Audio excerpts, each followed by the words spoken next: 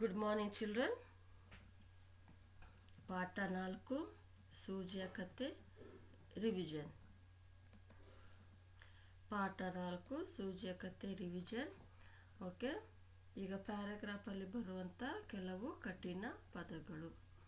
ಅಗಲ, ಗಮನಿಸು, ಅಳತೆ, ಆಕಾರ, ಕತ್ತರಿಸು, ಸಹಾಯ, ಉಡುಪು, ಸಿದ್ಧವಾಗುತ್ತವೆ, ಸರಿಯುತ್ತದೆ.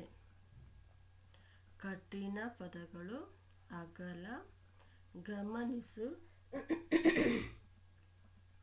ಅಳತೆ, ಆಕಾರ, ಕತ್ತರಿಸು, ಸಹಾಯ, ಉಡುಪು, ಸಿದ್ಧವಾಗುತ್ತವೆ, ಸರಿಯುತ್ತದೆ. ಚಿಲ್ಡ್ರನ್, ಓದಲಿಕ್ಕೆ ಕಲೀರಿ. ಆ ಪ್ಯಾರಾಗ್ರಾಫ್ ಅಲ್ಲಿ ಬರುವಂತ ಕಠಿಣ ಪದಗಳು ಇವು. ಯಾಕಂದ್ರೆ ಇವು ಸಹ ನಿಮ್ಮ ಆನ್ಸರ್ಗಳಲ್ಲಿ ಬರುತ್ತವೆ, ಅದಕ್ಕಾಗಿ ಸ್ವಲ್ಪ ಕಲಿಬೇಕು.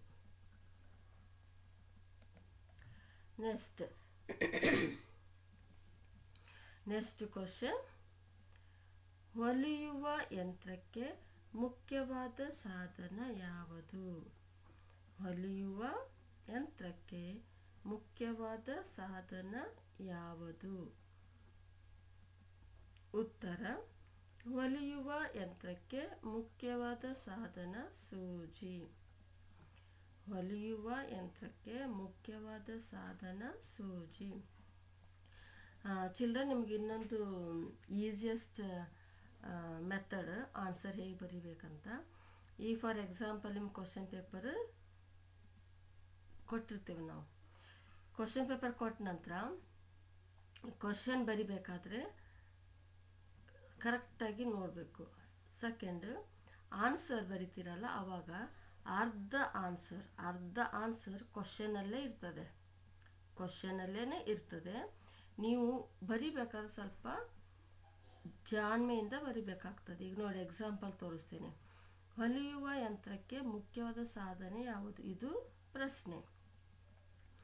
ಈಗ ನೀವು ಇದಕ್ಕೆ ಉತ್ತರ ಬರಿಬೇಕಂದ್ರೆ ನೋಡಿ, ಇಲ್ಲಿ ಹೊಲಿಯುವ ಯಂತ್ರಕ್ಕೆ ಮುಖ್ಯವಾದ ಸಾಧನ ಸೂಜಿ. ಈಗ ನೀವು ಬರಿಬೇಕಾಗಿರೋದು ಆನ್ಸರ್ ಇಷ್ಟೇನೆ, ಸೂಜಿ. ಆದ್ರೆ ನೋಡಿ, ಇಲ್ಲಿ ಹೊಲಿಯುವ ಇದೆ ಪ್ರಶ್ನೆಯಲ್ಲಿ, ಇಲ್ಲಿ ಸಹ ಹೊಲಿಯುವ ಇದೆ. ಇಲ್ಲಿ ಯಂತ್ರಕ್ಕೆ ಇದೆ, ಇಲ್ಲಿ ಯಂತ್ರಕ್ಕೆ ಇದೆ. ಇಲ್ಲಿ ಮುಖ್ಯವಾದ ಇದೆ, ಇಲ್ಲಿ ಸಹ ಮುಖ್ಯವಾದ ಇದೆ. ಇಲ್ಲಿ ಸಾಧನ ಇದೆ, ಇಲ್ಲಿ ಸಹ ಸಾಧನ ಇದೆ. ಸೊ ನೀವು ಬರಿಬೇಕಾಗಿರೋದು ಸ್ವಂತ ಸೂಜಿ ಮಾತ್ರ. ಸೊ ಹೀಗಾಗಿ ಉತ್ತರವನ್ನು ಬರಿಬೇಕಾದ್ರೆ ಪ್ರಶ್ನೆಯನ್ನು ಸರಿಯಾಗಿ ನೋಡಿ, ಪ್ರಶ್ನೆಯಲ್ಲೇ ನಿಮ್ದು ಅರ್ಧ ಉತ್ತರ ಸಿಗ್ತದೆ. ಸೊ ಹೀಗೆ ನೀವು ಮಾಡ್ತಾ ಹೋದ್ರೆ ನೀವು ಯಾವುದು ಮಿಸ್ಟೇಕ್ ಇಲ್ಲದೆ ಕರೆಕ್ಟಾಗಿ ಒತ್ತಕ್ಷರಗಳನ್ನ ನೋಡಿಕೊಂಡು ಸರಿಯಾಗಿ ಬರಿಬೋದು. ಯಾಕಂದ್ರೆ ಎಲ್ಲ ಇಲ್ಲಿ ನಿಮ್ಮ ಪ್ರಶ್ನೆಯಲ್ಲಿದೆ. ಪ್ರಶ್ನೆಯಲ್ಲಿರುವಂಥದ್ದೇ ಇಲ್ಲಿ ನಿಮ್ಮ ಉತ್ತರದಲ್ಲಿ ಅರ್ಧ ಆನ್ಸರ್ ಇದೆ. ನೀವು ಬರಿಬೇಕಾಗಿರೋದು ಸದ್ಯಕ್ಕೆ ಸೂಜಿ ಮಾತ್ರ. ಅರ್ಥ ಆಯ್ತು? ಸೊ ಇದು ನಿಮ್ಗೆ ತುಂಬ ಈಸಿ ಆದಂಥ ಮೆಥಡ್ ನಿಮಗೆ ಕ್ವಶನ್ ಆನ್ಸರ್ಸ್ ಬರಿಬೇಕಾದ್ರೆ. ಸೊ ನೆನಪಿಟ್ಕೊಳ್ಳಿ, ಕ್ವಶನಲ್ಲಿ ನಿಮ್ದು ಅರ್ಧ ಆನ್ಸರ್ ಇರ್ತದೆ.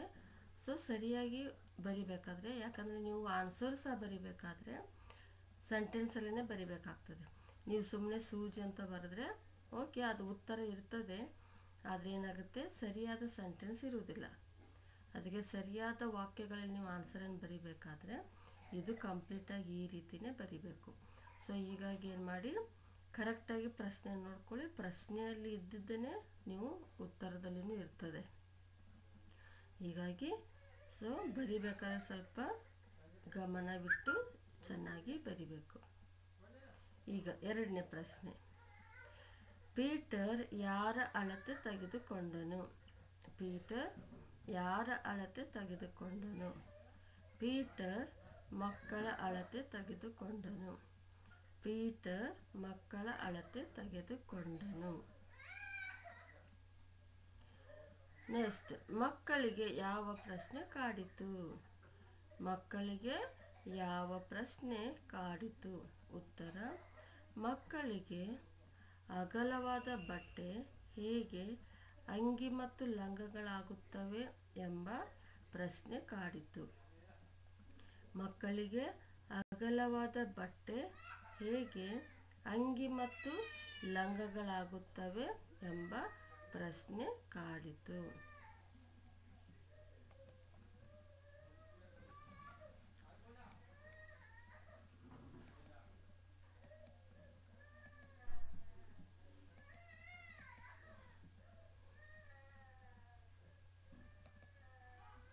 ಓಕೆ ಚಿಲ್ಡ್ರನ್, ಈಗ ಪಾಠ ಓದ್ತೀನಿ. ಸುರೇಖಾ: ಪೀಟರ್ ಅಣ್ಣ, ಈ ಹೊಲಿಗೆ ಯಂತ್ರವನ್ನು ನೀನೇ ತಯಾರಿಸಿದೀಯಾ? ಪೀಟರ್: ನಾನು ತಯಾರಿಸಿಲ್ಲ, ಯಂತ್ರವನ್ನು ಕಾರ್ಖಾನೆಯಲ್ಲಿ ತಯಾರಿಸುತ್ತಾರೆ, ನಾನು ಕೊಂಡು ತಂದಿದ್ದೇನೆ. ತಂದೆ: ಸುರೇಖಾ ಹೊಲಿಗೆ ಯಂತ್ರದ ಬಗ್ಗೆ ಒಳ್ಳೆ ಪ್ರಶ್ನೆ ಕೇಳಿದೆ.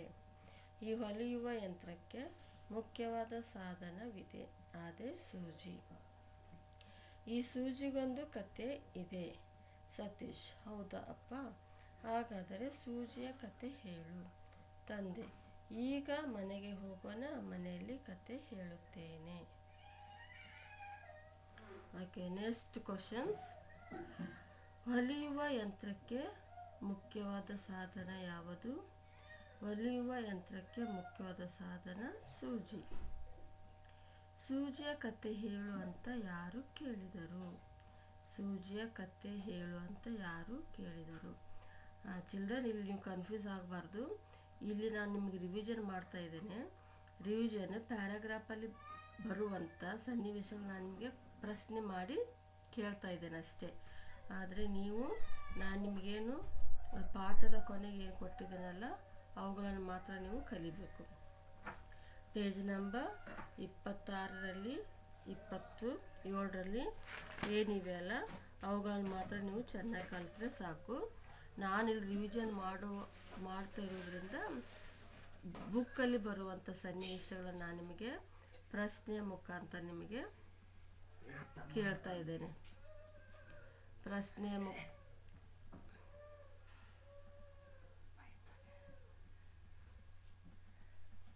ನಾನು ನಿಮಗೆ ಪ್ರಶ್ನೆಯ ಮುಖಾಂತರ ಕೇಳ್ತಾ ಇದ್ದೇನೆ ಅಷ್ಟೇ. ಆದರೆ ನಾನೇನು ಕೊಟ್ಟಿದ್ದೇನೆ ನಿಮಗೆ ಕ್ವಶನ್ ಆನ್ಸರ್ಸ್ ಅವುಗಳನ್ನು ನೀವು ಸರಿಯಾಗಿ ಕಲಿತ್ರೆ ಸಾಕು.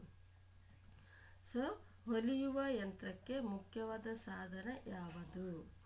ಉತ್ತರ: ಹೊಲಿಯುವ ಯಂತ್ರಕ್ಕೆ ಮುಖ್ಯವಾದ ಸಾಧನ ಸೂಜಿ. ಸೂಜಿಯ ಕತೆ ಹೇಳು ಅಂತ ಯಾರು ಕೇಳಿದರು? ಸೂಜಿಯ ಕತೆ ಹೇಳು ಅಂತ ಸತೀಶ್ ಕೇಳಿದರು.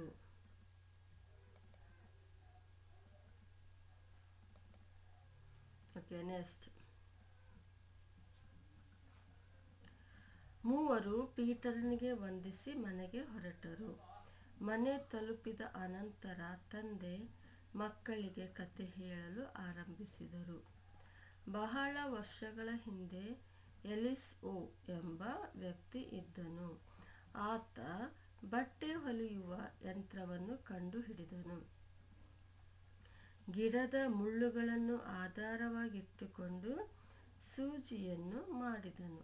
ಆದರೆ ಆ ಸೂಜಿಯ ತುದಿಗೆ ದಾರ ಸೇರಿಸುವುದು ಹೇಗೆ ಎಂಬುದು ತಿಳಿಯಲಿಲ್ಲ. ಹಗಲು ರಾತ್ರಿ ಅವನಿಗೆ ಅದೇ ಚಿಂತೆಯಾಯಿತು. ಮಲಗುವಾಗಲೂ ಆ ಯೋಚನೆಯಲ್ಲಿಯೇ ಮಲಗುತ್ತಿದ್ದನು. ಮೂವರು ಪೀಟರ್ನಿಗೆ ವಂದಿಸಿ ಮನೆಗೆ ಹೊರಟರು. ಮನೆ ತಲುಪಿದ ಅನಂತರ ತಂದೆ ಮಕ್ಕಳಿಗೆ ಕತೆ ಹೇಳಲು ಆರಂಭಿಸಿದರು. ಬಹಳ ವರ್ಷಗಳ ಹಿಂದೆ ಎಲಿಸ್ ಓ ಎಂಬ ವ್ಯಕ್ತಿ ಇದ್ದನು.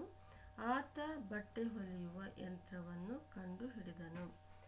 ಗಿಡದ ಮುಳ್ಳುಗಳನ್ನು ಆಧಾರವಾಗಿಟ್ಟುಕೊಂಡು ಸೂಜಿಯನ್ನು ಮಾಡಿದನು. ಆದರೆ ಆ ಸೂಜಿಯ ತುದಿಗೆ ದಾರ ಸೇರಿಸುವುದು ಹೇಗೆ ಎಂಬುದು ತಿಳಿಯಲಿಲ್ಲ. ಹಗಲು ರಾತ್ರಿ ಅವನಿಗೆ ಅದೇ ಚಿಂತೆಯಾಯಿತು. ಮಲಗುವಾಗಲೂ ಆ ಯೋಚನೆಯಲ್ಲಿಯೇ ಮಲಗುತ್ತಿದ್ದನು. ನೋಡಿ ಮಕ್ಕಳೇ, ಇದು ಹೇಗೆ ಎಲಿಸ್ ಓ ಎಂಬ ವ್ಯಕ್ತಿ ಈ ಬಟ್ಟೆ ಹೊಲಿಯುವ ಯಂತ್ರವನ್ನು ಕಂಡುಹಿಡಿಯುತ್ತಾರೆ. ಅದು ಹೇಗೆ ಅಂತಂದರೆ, ಗಿಡದ ಮುಳ್ಳುಗಳನ್ನು ಆಧಾರವಾಗಿಟ್ಟುಕೊಂಡು ಅವರೇನು ಮಾಡ್ತಾರೆ, ಸೂಜಿಯನ್ನು ಮಾಡ್ತಾರೆ. ಆದರೆ ಅವರಿಗೆ ಸೂಜಿಯಲ್ಲಿ ದಾರ ಹೇಗೆ ಸೇರಿಸುವುದೆಂಬುದು ತಿಳಿದಿಲ್ಲ. ಸೊ ಅದೇ ಅವನಿಗೆ ಏನಾಗುತ್ತೆ, ರಾತ್ರಿ ಅದನ್ನೇ ಯೋಚನೆ ಮಾಡಿ ಮಲಗಿದಾಗ ಅವನಿಗೆ ಒಂದು ತಲೆಯಲ್ಲಿ ಯೋಚನೆ ಬಂದು ಮಲಗ್ತಾನೆ. ಆ ಯೋಚನೆಯಲ್ಲಿ ಅವನಿಗೊಂದು ಕನಸು ಸಹ ಬೀಳ್ತದೆ. ಸೊ ಅದು ಕನಸು ಏನು ಅಥವಾ ಅವನು ಯಾವ ರೀತಿ ದಾರವನ್ನು ಸೂಜಿಯ ತುದಿಗೆ ಸೇರಿಸುವುದು ಹೇಗೆ ಕಂಡುಹಿಡಿದಾನಂತ ನಾವು ನೆಕ್ಸ್ಟ್ ರಿವಿಷನಲ್ಲಿ ನೋಡೋಣ.